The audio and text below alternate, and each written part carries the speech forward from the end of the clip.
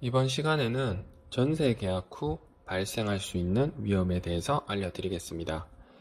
이 위험의 경우에 대해서 알고 있어야 어떤 위험은 피하고 어떤 위험은 감수할지에 대해서 본인 스스로가 선택할 수 있기 때문입니다.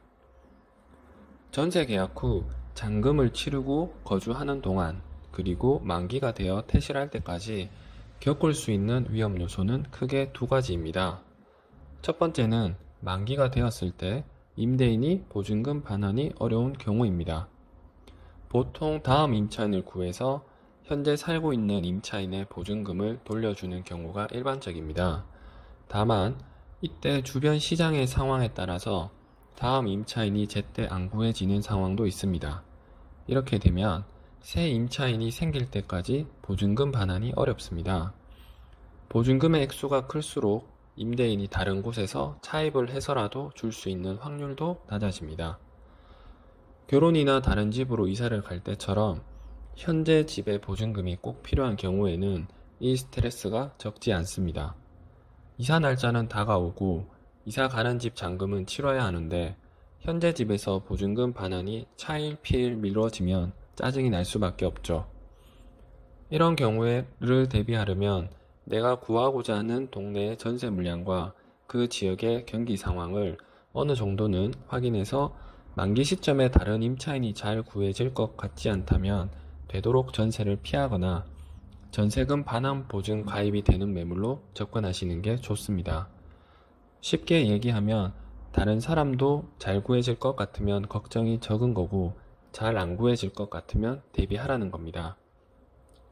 이래서 일반적으로 사람들이 선호하는 매물을 선택하는 것이 리스크를 줄이는 방법이 됩니다. 두 번째는 만기가 되기 전에 집이 경매로 넘어가는 경우입니다. 집이 경매로 넘어가더라도 내 보증금을 전액 배당받을 수 있다면 문제될 부분은 적습니다.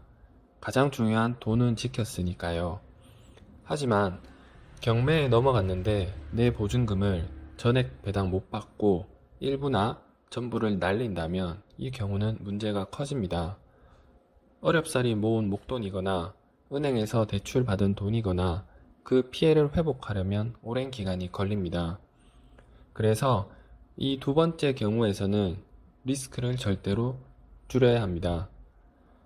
집이 경매에 넘어갔을 때 내가 보증금을 날리게 되는 경우가 언젠지를 안다면 막연하게 불안하거나 존재하지 않는 절대적인 안전만 쫓는 수고를 덜 수 있게 됩니다.